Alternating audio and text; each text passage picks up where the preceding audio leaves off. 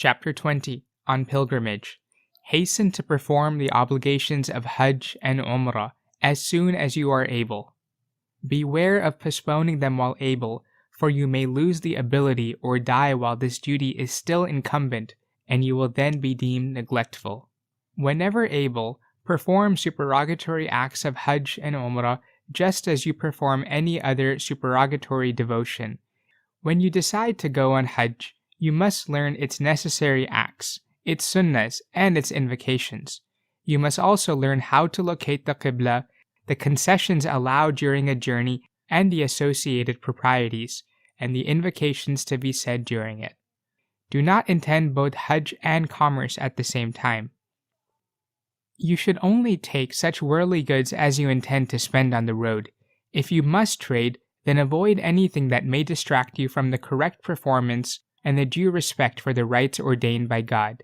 You must visit the Messenger of God, may blessings and peace be upon him, for visiting him after his death is like visiting him during his life.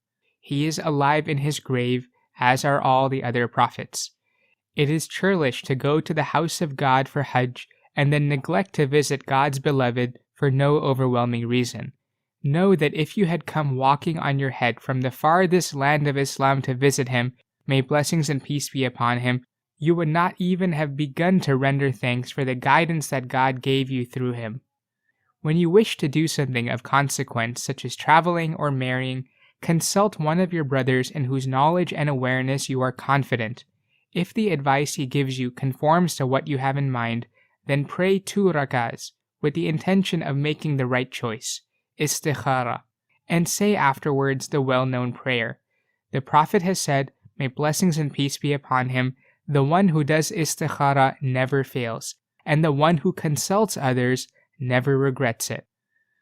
If you ever make a vow to God, whether it takes the form of prayers, charity, or anything else, hasten to fulfill it, and do not get used to making frequent vows, for Satan may lure you into this to induce you to default.